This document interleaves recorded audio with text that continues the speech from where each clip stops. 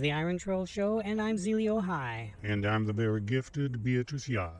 Yes, Thomas Retzlaff was a newlywed. Yep, 55-year-old Thomas Retzlaff got married to a beautiful 22-year-old woman. A beautiful 22-year-old black woman. For those of you who have followed Thomas Retzlaff over the years, I bet y'all didn't see that coming. The the widow's name is Tejalea Williams Retzlaff. She's a resident of El Mirage and attended high school there. She graduated 4 years ago. Pictures of the happy couple were posted on the internet on August 28th, which we assume was the day of the nuptials. 4 days later, Retzlaff was dead. Apparently they met in December of last year while Retzlaff was out walking his dog, which was actually not long after Retzlaff was indicted on 4 felony accounts by the state of Arizona, and while he was still under investigation by the FBI. Retzlaff probably never told Tejalea about his problems with the law, or about his past history of problems with the law. Tejalea has a twin sister who's been married for years to an enlisted man and has 2 kids. Was she competing with her twin sister? Retzlaff liked to tell people he was a decorated veteran, that he was rich and successful, and came from a rich family.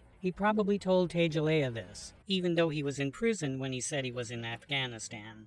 And the house he was living in, that was rented in the name of his adult child, without her consent, and paid for with credit cards he opened using his adult child's identity without her consent, which was one of the felonies Retzlaff was charged with. Retzlaff also probably didn't tell Tejalea that he couldn't pay for a lawyer to defend himself against those felony charges, because the credit cards he'd been using were frozen, so the court declared him indigent because he had no money. So he was assigned a lawyer by the court. Retzlaff also probably didn't tell Tejalea that he was once a member of the neo-Nazi site Stormfront, or that he had a Twitter account for years under the name Klansman.